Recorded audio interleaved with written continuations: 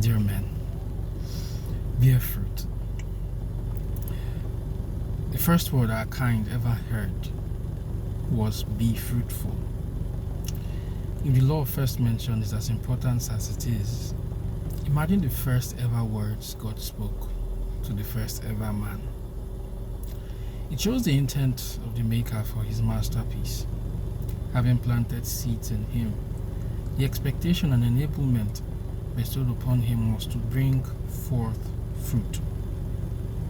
Beyond the religious meaning you might want to give to this, probably because we find this story in the Bible, is a call to productivity at every stage, every step of the way, with 1 talent, 5 talents, or 10. The expectation of the divine is fruit.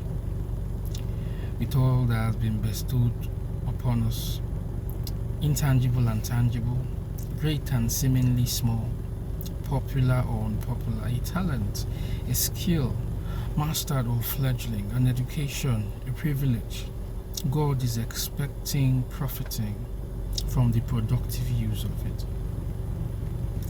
Blessing mankind with products and or services in industry and ministry, constantly being on the lookout for ways to partner with God to do His will on earth.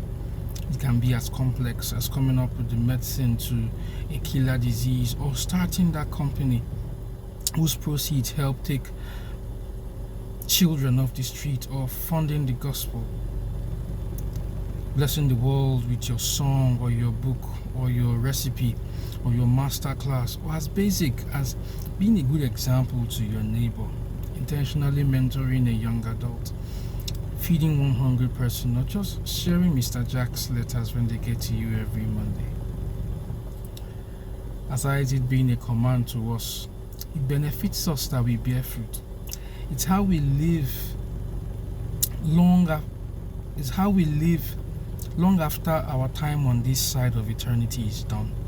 We could only have apples and mangoes today, millions of years from their creation, because the first trees of this kind bore fruit, and others after it.